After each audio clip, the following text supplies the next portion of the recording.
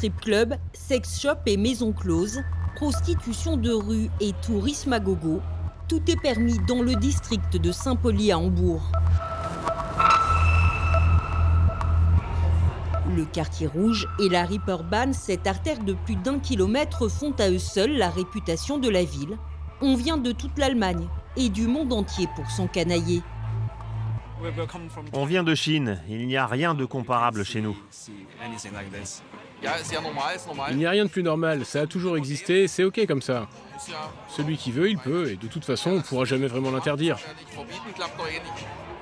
Mais oui, c'est le plus vieux métier du monde. Alors pourquoi l'empêcher? Cela ne rendrait pas les rues plus sûres en tout cas. J'en suis convaincue. Nous sommes dans la plus grande zone de prostitution d'Europe. Olli Seriatke y a grandi. Il est dans son élément. J'adore ça. J'aime raconter ce que j'ai vécu ici. Je pourrais faire des visites guidées de 5 heures dans Saint-Pauli. J'ai des anecdotes à raconter devant chaque local. Olli a fréquenté le milieu dès son plus jeune âge. Il a abandonné sa carrière de proxénète après la naissance de ses 3 filles et guide désormais les touristes à travers le district. Au programme, langage cru et blagues grivoises. Avant, 200 femmes se pressaient chaque jour dans le sous-sol de cet établissement pour attendre les clients. 200 femmes dans un sous-sol, à l'époque, on appelait ça un élevage respectueux du bien-être. Ici, dans la ville portuaire, la prostitution a toujours été tolérée. Depuis 2002, elle est même légale dans toute l'Allemagne. Saint-Pauli en a fait sa marque de fabrique. Dans les années 70 et 80, la prostitution était déjà partout tolérée. Mais avec le temps, la nouvelle législation a permis une plus grande acceptation des travailleuses du sexe au sein de la société. On ne les regarde plus de travers comme auparavant. Et à Saint-Pauli, les filles et les femmes qui se prostituent sont même très respectées. Je ne crois pas qu'on puisse revenir en arrière.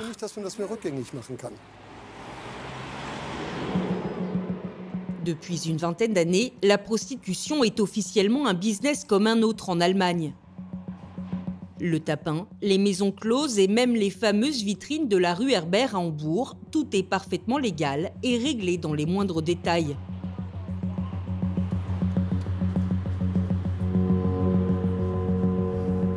Destination Berlin est l'une des 85 maisons closes de la capitale allemande.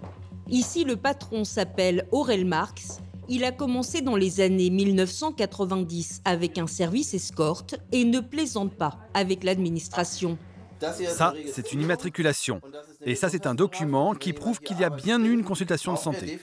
Quiconque souhaite travailler ici doit impérativement être muni de ces 2 papiers. Sans eux, on serait passible de poursuites. Sur cette carte, il est aussi indiqué la durée de validité de l'immatriculation. Il faut y retourner 1 fois par an et pour moi, ce sera en janvier. Élodie, c'est son nom d'emprunt dans le milieu, se prépare pour la soirée. 2 jours, elle poursuit son activité professionnelle et vient ici 2 à 3 fois par semaine pour arrondir ses fins de mois. Une dizaine de femmes comme elle se relaient ici jour et nuit. Pour Élodie, c'est un travail comme un autre. Elle vend ses services sexuels depuis quelques mois à peine. Quand on s'enregistre auprès des autorités, on obtient également un numéro d'identification fiscale. C'est simple comme bonjour. Même chose pour la sécurité sociale. En gros, je pourrais vendre des casseroles et ce serait la même procédure. Jusqu'à présent, tout s'est bien passé. Les clients sont également très respectueux. Souvent, ils me demandent même l'autorisation de me toucher et sont très gentils.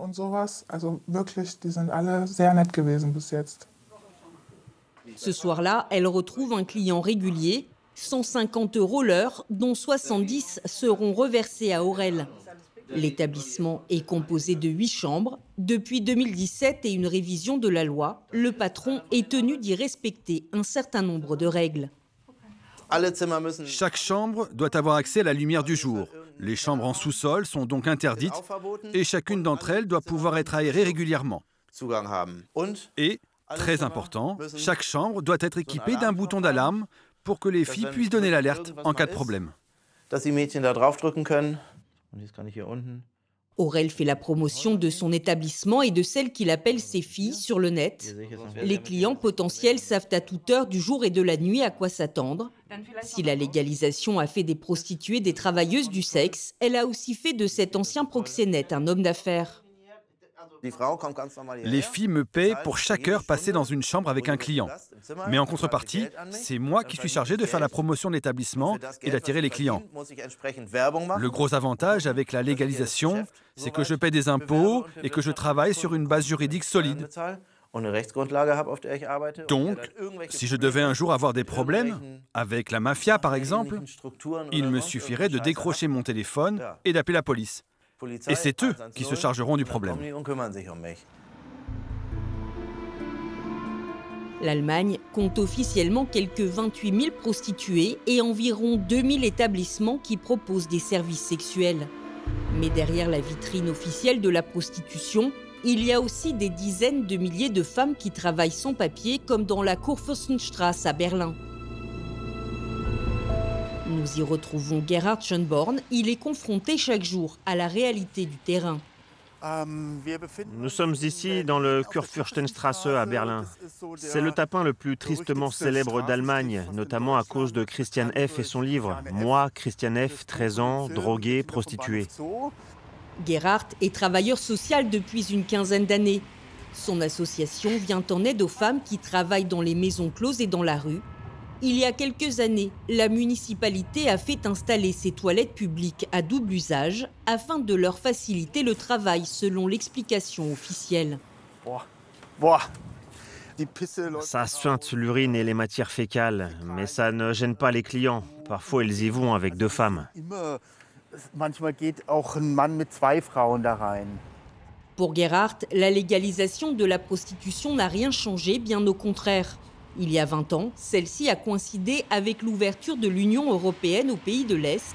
Depuis, le secteur est en quête permanente de chair fraîche. Avec la guerre en Ukraine et l'arrivée d'1 million de réfugiés en Allemagne, le nombre de prostituées ukrainiennes a d'ailleurs considérablement augmenté.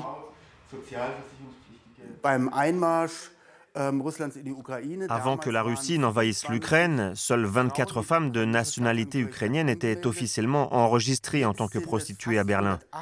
Maintenant, elles sont presque 180. À Berlin, elles comptent désormais dans le top 3 des femmes qui travaillent dans la prostitution, juste après les Allemandes et les Roumaines. Et ces femmes que nous avons rencontrées et qui sont officiellement enregistrées n'avaient rien à voir avec la prostitution auparavant. Elles avaient des métiers tout à fait normaux et nombre d'entre elles ne se rendent pas vraiment compte de ce qui les attend en Allemagne.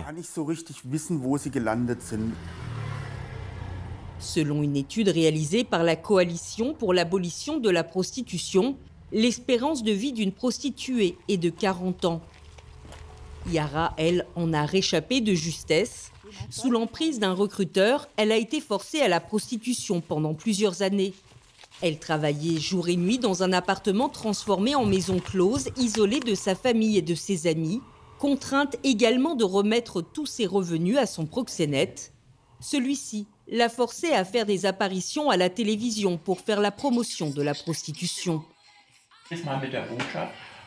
Le message qu'on faisait passer, c'est que tout est consenti. Tout va bien, c'est un job comme un autre qui permet de gagner de belles sommes d'argent, mais tout était faux. Cara a été revendue à un autre proxénète au bout de quelques années. Elle a sombré dans la drogue et l'alcool.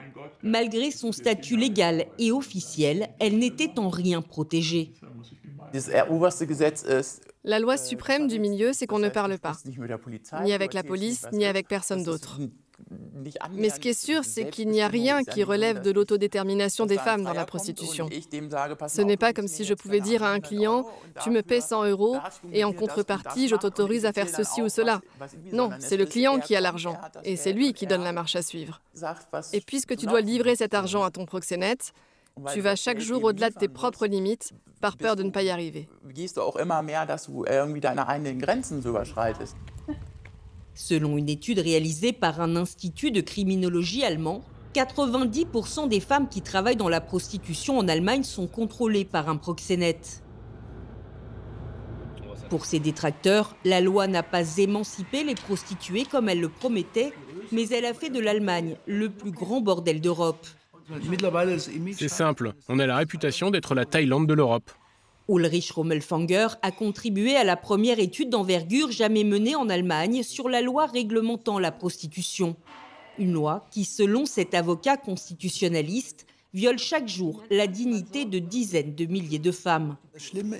Le pire dans tout ça, c'est qu'on est passé à un système industrialisé. La prostitution légale a dynamité notre système de valeurs, mais on détourne le regard de ce qu'il s'y passe. Nous, les auteurs de cette étude, en sommes convaincus. Les responsables politiques doivent impérativement agir.